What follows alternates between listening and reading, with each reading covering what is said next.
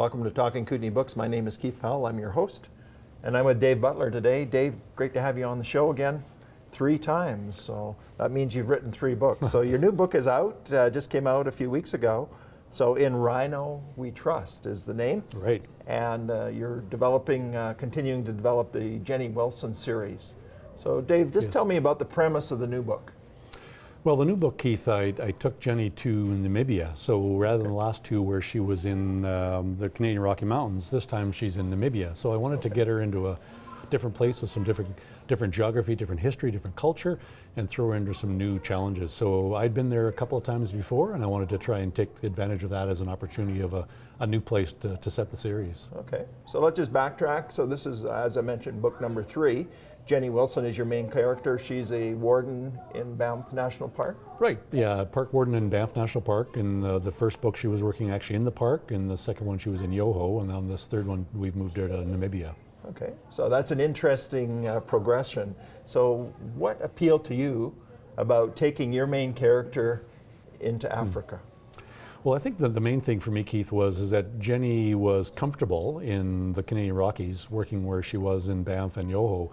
And I really, to try and create some additional tension and some additional interest in the book, I really wanted to throw her into a place where it was a very different place for her to be. So different culture, different history, different environment, different way that women are treated. So just throw her into a completely new scenario and see how she reacted to the whole thing. And so as I wrote that, the challenges I faced in the new place were mirrored by the challenges that she faced as she figured out how to deal with it in an effective way. Okay, so interesting character development. Now, I would have to assume that you know more about the Kootenays and the Rockies and Banff than you do about Africa. So how did you go about researching the material that you needed for the book set in Africa? Well, I had to go there to do research, so that was unfortunate, but I just had to go there to do research. Oh, it was great. Actually, I went there twice. The first time I was there was before I'd even anticipated the book. And I really enjoyed the country and the landscapes and the people, and I just, I thought one day I'd like to write about this, but I didn't know how it would come about. So when I started looking at the series and realized the third book would be great to have it set there, I went back again and then focused a lot on my travel while I was there with a friend on figuring out the actual plot lines. Along with that, then I actually started interviewing some people about some of the realities of the situation, so I was able to develop a lot of research there. And then when I got back, more interviews with people by email, more research in terms of specific technical things that I needed to make sure I got into the book. So it actually worked out really well. We were able to make, I was able to make a really interesting character with a lot of opportunity to have something really different going on. So I really appreciate that about the book. I haven't quite finished the book, so don't spoil the mystery for me. Yep, but it's obviously a mystery sort of thriller in the eco genre. Right. And and you do a great job of a sense of place there. Let's just talk about that. How is it that you were able to develop that sense of place? Well, I think it's really being there, and it was for me. It was so different. I guess it was almost having Jenny react to Africa the way I reacted to it. The sights are different, the sounds, the smells, everything is so different that I really decided I wanted to kind of mirror my own experiences with hers as she understood for example, the heat of the place, the smell of the place when it's 40 degrees out and the humidity's near zero. Figuring out how she was going to be able to be dealing with things in a very different way than it would have been in the Canadian Rockies. So just having that whole sense of sight, sound, and smell, and making sure that I had a sense of how I reacted, and as a result, how she reacted. Right. So this touches on such an important issue, even on a global scale. Can you just talk about that issue and sort of how your book sort of highlights or brings that forth? Yeah, well, I think many people have heard about the rhino poaching issue, and people taking their horns to use primarily in medicines mostly in Asia. And so I really wanted to take a look at that issue through this book. There's a number of layers to it. One is the layer around poverty. Most of the people that are actually doing the poaching are actually people that are in significant amounts of poverty. So the challenge they face is, do I take a rhino horn and make a chunk of money that might come around once a year, or do I do something else? So for a lot of times for them, it's a family issue. They have to get some money for their family. So there's that piece. But then it goes right through to, there's significant crime syndicates that are based in somewhere in Asia. And so there's a whole link between individual people that are in poverty right through to these crime syndicates in places like China and Vietnam that are actually reaping huge rewards from these horns that are being taken off of these animals. Right. So it's a tragic situation, but I thought you highlighted it in a very effective way, in that you not only told the story, but you illustrated how important this issue is, Right. and how key it is to preserve these magnificent animals. Right, and I think that the piece that was so interesting for me was that in Namibia particularly, they've done a really interesting job from a conservation perspective of turning that whole picture around. So I think it's almost 5 years now since they've actually lost a rhino there, because of the fact they've got these community conservancies in place, and people realize that the saying that I heard while I was there was, a dead rhino will feed a family for a week, but a live rhino will feed a family for a lifetime. And now they've come to realize that. They've changed the entire picture around, and so people actually want to protect these animals, and they actually have these rhino rangers that literally follow them around almost daily to make sure they stay safe. Right. So a real cultural change, or almost a thought pattern change. Exactly. That had to take place. So I wanted to talk about your character, Jenny Wilson. How do you keep a character that's now appeared in 3 books fresh? Well, I sort of joke and say she's not real happy with me by throwing these new challenges at her, but it really, I find that as throwing them into a situation, this character in particular, throwing her into a situation that's completely new to her. You know, she's got a certain level of comfort with the Canadian Rockies and what happens in the wildlife and those kind of things, but throwing into a situation where everything is different, right from the temperatures to the people she's dealing with, to the laws, to the history, you know, the colonial nature of that country, everything is so different that I think that to me helps keep that character fresh, because she's reacting to new, fresh things all the time. And if I go on in the series, I'll try to do that with the next books in the series as well, if I can. Excellent. So tell me about the reaction to your books. Like we've talked about, this is the 3rd in the installment. You know, are you finding people giving you the feedback as, I can't wait to see what she does next kind of idea? Yeah, I think there's a couple of pieces. One is I think that I'm getting a better sense of her as a character. So I've been told this one is the best of the series because the character's deeper, there's more layers to her than there was before. That's certainly one piece. But also just getting a better sense of how she reacts to situations, and sort of intuitively knowing that if I throw her into this situation, this is the way she'll likely react.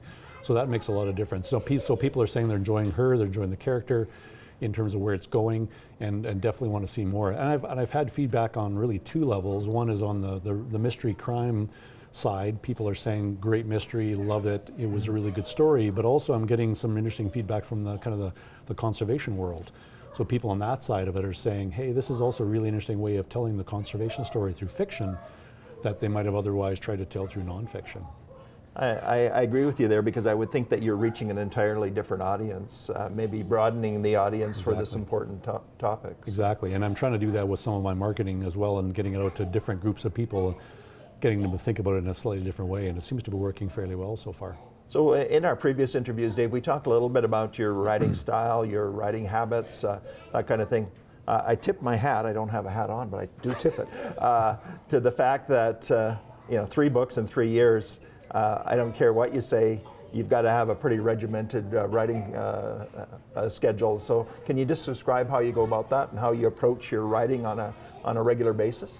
Yeah, thanks. Well, I think I've got even more rigorous now because my life has got complex with my day job. And so really what I'm trying to do now is I really get up at 5 every morning, and I usually write for about an hour and a half. And I do that pretty much every day. A little bit more writing happens on the weekends, but that's really my schedule. Then I'll head off to work. And I also find that when I start writing in the morning, I usually go back in the last sort of half chapter of the work that I've done the day before, whatever it might be. I'll do a bunch of editing on that, and that kind of gets the creative juices going enough that then I can then work into the next piece of writing, and then away I go from there. So I really just try and build a bit on where I've come from, and then continue on to where I'm going with this next piece of work. And I just try and do that every day. I'll do one of 2 things. Either I'll try and finish a chapter at the end of a morning, and then I'll start the next chapter the next day, or I might literally start or finish sometimes in the middle of a sentence. So literally have to pick it up the next morning again. And those are 2 good ways I find that really kickstarts my thinking and my writing. Right. Now, I noticed that you acknowledge in the front of the book that you use a beta reader. So Yes. a beta reader is someone that you give the book to in advance, and they give you some feedback and so forth. That seems to be a pretty cool concept to me, that you get that initial feedback even before you've finished the project. How important is that? Really important, and I've got a really good suite of beta readers They are all really talented writers themselves, or they're editors, or they just understand books and the genre of fiction. And they'd really give me some great feedback. So I try to get the book as polished as I can get it before I give it to them. I don't want to give them, stuff that's not finished. But then I get it to them, and they always give me some really great feedback. And I'm trying to pick people that are coming from different perspectives, so that I get a number of different kinds of feedback back to me. And that I always find that I'll actually change my plot lines completely, or I'll realize that maybe there's not as much tension as there should be early in the book, or those kind of things. Absolutely critical to my success. And then once I've got those beta readers, haven't looked at it, I'll go back and do a number of more edits before I send it on to my agent or to the publisher themselves. Right. It makes a world of difference. So let's talk about your publisher. So who are you publishing with, and what's that experience been like? I'm still publishing with Dundurn Press. They're based out of Toronto. They're great. I think they're Canada's largest independent publisher. They were just recently bought out by a new company, and I think are doing some exciting things.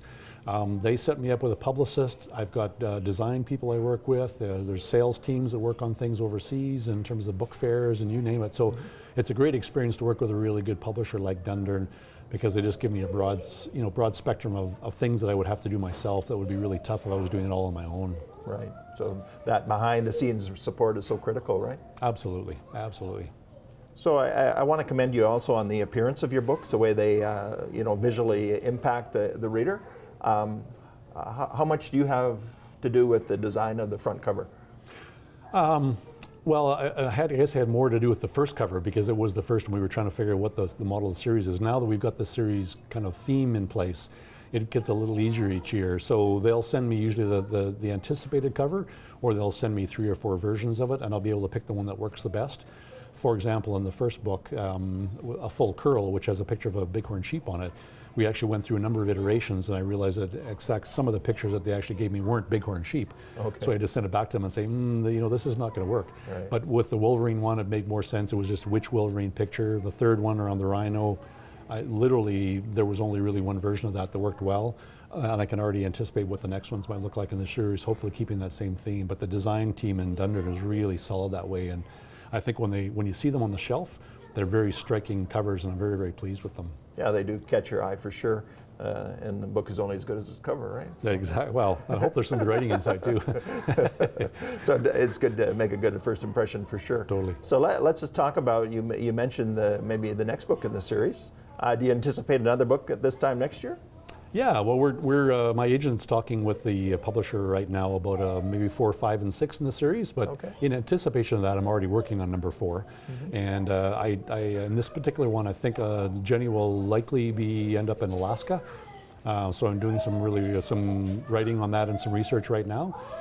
And then 5, she might be down in Montana, and maybe even 6, I could see her in Costa Rica possibly. Wow, so you've got them planned out for a little bit. So. Yes. Excellent. So I really appreciate the fact that you're a Kootenay author based here in the Kootenays, and yet your appeal seems to be not only national but international.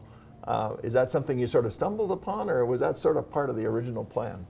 Oh, I wish that was part of the plan, but literally, like many authors, I was just happy I got one book out, and if a few people read it, I would have been happy. But the fact that it's been accepted across the world in many countries has been really exciting for me, and quite a surprise. Quite frankly, I feel quite humbled and blessed by that.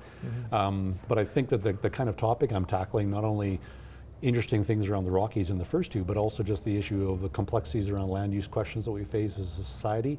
Those things seem to really engage people. They got people thinking, and I think that's common across many countries. So they're popular in Germany, they're popular in England, and this third one has already had quite a number of sales in Namibia itself. So that to me is a testament that it seems to be, the theme seems to be of interest for folks. Good.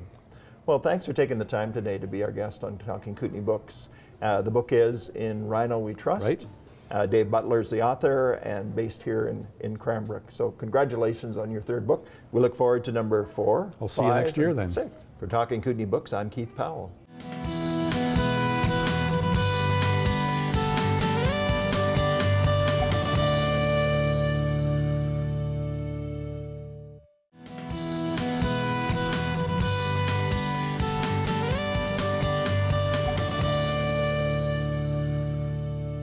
Welcome to Talking Kootenay Books. My name is Keith Powell. I'm your host, and today I'm with Mike Selby.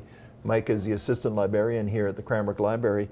Mike, congratulations on your new book, Freedom Libraries, it's called. I'm just going to read the note here. It says, "The Untold Story of Libraries for African Americans in the South." Intriguing and fascinating book. Congratulations.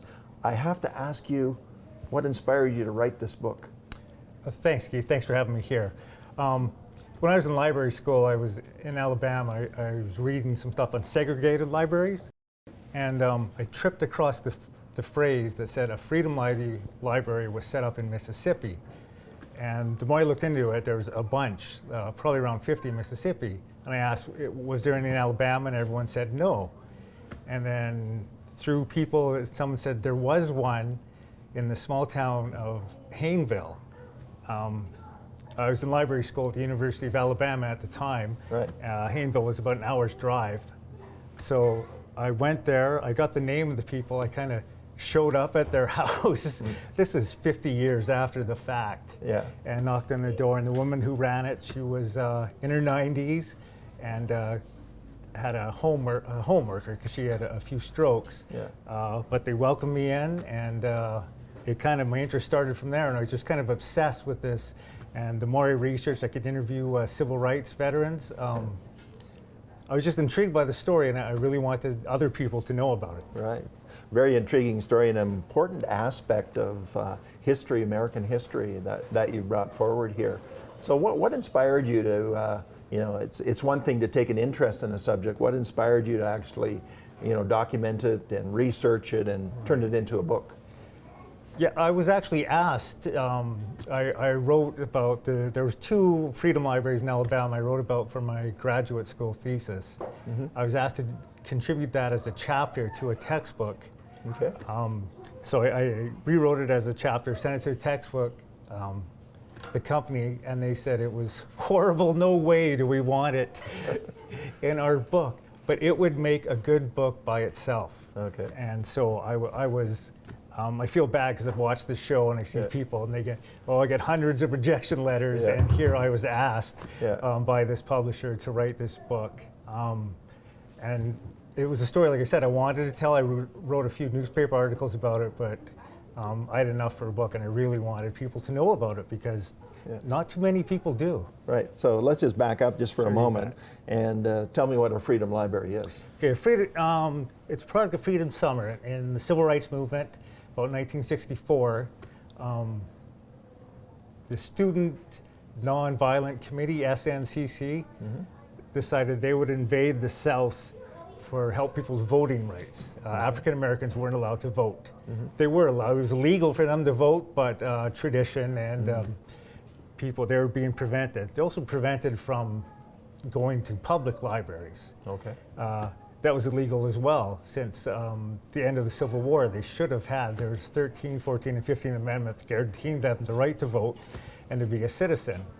But if they just weren't allowed through the front doors of public libraries. Right, so these Freedom Libraries gave them an opportunity to access what a public library offered, is that? Exactly. Okay. So you're an American family, but you've never been to a public library. Okay. The students that came down for Freedom Summer, they set up these libraries, makeshift in houses, in basements, anywhere they could. People from all over the northern states donated books. Some of these libraries had 20,000. That's a pretty good size for a library in the mid-'60s, like anywhere. Right. Books, and it was the first encounter these African American families in the South had with books, had with libraries, had with being allowed and welcome in a place. First time their kids could get a library card, and that sense of belonging. It helped change everything. Right. So what kind of influence do you think these Freedom Libraries had on the civil rights movement and the course of history? Yeah, I think that they had a profound impact. It was something to do. Voting would be everything for African Americans. They weren't allowed to vote. As you can imagine, there was a high population, like 80% were illiterate. Right. They didn't want to go to school, sit in a kindergarten class and learn to read when you're in the 50s or 60s. But they could go to a library. Right. And if you could say, I have to learn to read because I have to vote.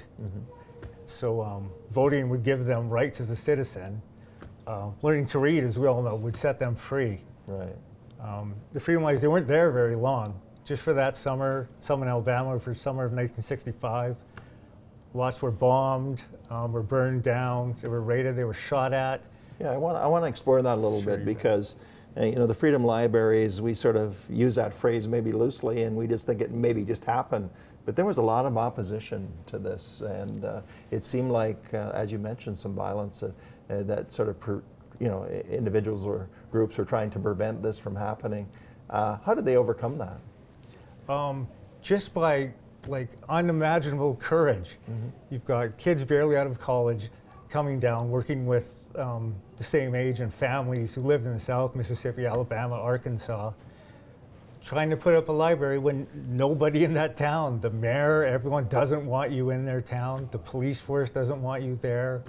So it took real persistence on their part. It did, a lot of persistence, a lot of backbone. Yeah. And it's easy to think now, but back then the outcome of the civil rights movement wasn't known. Right. So it's completely unknown. They didn't know where any of this was going, but they just had the bravery to, we don't care if you shoot or bomb at us, we're just going to keep showing up. Right. How many Freedom Libraries do you think there was by the time they finished? Probably by the end of 1966, I think there was 80 that I could chart. Okay. Some were bigger than others, some would come and go, but the civil rights movement, the organizations, there was probably 80 official ones that were sponsored. Fascinating story. Tell me, how did you go about researching it? Here you are in Cranbrook. The events that you're recording and talking about happened in the Deep South. And did you travel back and forth? Did you access a lot of first-hand accounts? How did that all work? So this was 50 years ago, so most of them 70s, 80s, 90s. But I could track down family members, even libraries. Like, do you know, have you heard of this person? Or someone would know somebody and would lead me. A lot of the interviews I could do over phone. And were people willing to talk about it? Yeah, everyone was. They were surprised that the interest was still going on. Lots of movies and books on the civil rights movement, but there's nothing on the Freedom Libraries. Right. So why do you think this is such an important story, and why hasn't it been told till now? I think it's important because one of the backbones of the civil rights movement was these libraries. They provided a base, sort of logistics for the civil rights people to work out of. I don't know why it's been untold. Like, certain people knew about it. Right. These things came and went. They were big deals. Right. Some people were killed setting them up. There's lots of terror and bombings. Well, it's really good that you've taken the initiative to tell this story because, as I mentioned, it is so important. It's such an integral part of the civil rights movement, and it's inspired a lot of people, to succeed and to move forward. So I'm just wondering, Mike, when you were doing all your research, and did anything sort of stand out in your mind about the whole topic? There's one story. It's in the book. One of a college student, a woman, came down to, and she would teach, and she had been to France, and she could speak French, and she gathered all the kids in the Freedom Library for a story time and said, "I'm going to teach you French." And this one young African-American girl said, "Why? Why on earth would you teach us French? There's no future where we live. We're not going anywhere. There's no reason for us to learn it. Can we learn something else, like sewing or something more practical?"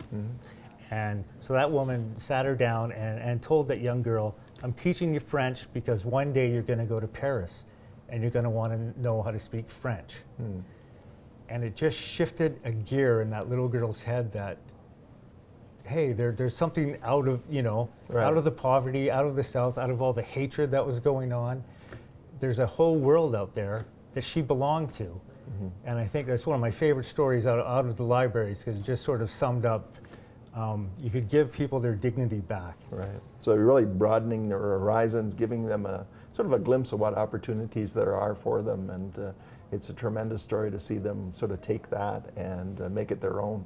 So I'm just wondering, Mike, when it comes to your book and all the research that went into it, I know the focus is sort of a scholarly audience, but when you wrote it, did you think there would be a a wider appeal to that book? I hope so. I know it's published by a textbook company, so it's like a library science textbook. But I wrote it for the general reader.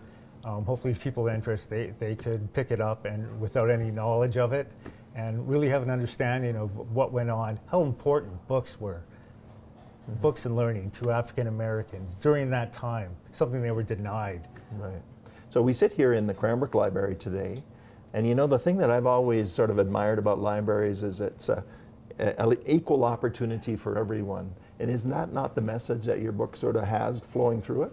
Yeah, that was the goal, right? Libraries are for everyone. The American Library Movement started in 1852 in Boston. The Boston city leaders figured out we could have a public library if we use local taxes. This model went through North America by public libraries would show up everywhere. Andrew Carnegie in the States, he said, I will pay for all American libraries if the city promises to staff them. And so he used his millions to build public libraries everywhere, which is great, unless you were black, and then you weren't allowed anywhere near these places up until the mid-60s, which is, I grew up in a house of books. Every elementary school I went to had a library. Every town I've been to had a library. I've been welcome in all of them. I just can't imagine not having them. Hard to imagine. Yeah. Well, you've brought this story to life, and it's a very important story. Just before we wrap up, what was the era that we're talking about year-wise? It took place in 1964, 1965. Okay, great. Well, thanks, Mike. I really appreciate the opportunity to talk to you. The Freedom Libraries is a great story, and I'd recommend it to anyone that really would like to learn more about the history of the civil rights movement and how important these libraries were. Great, thank you. Thank you for being our guest on Talking Kootenay Books. I really appreciate it. My name is Keith Powell, and this is Talking Kootenay Books.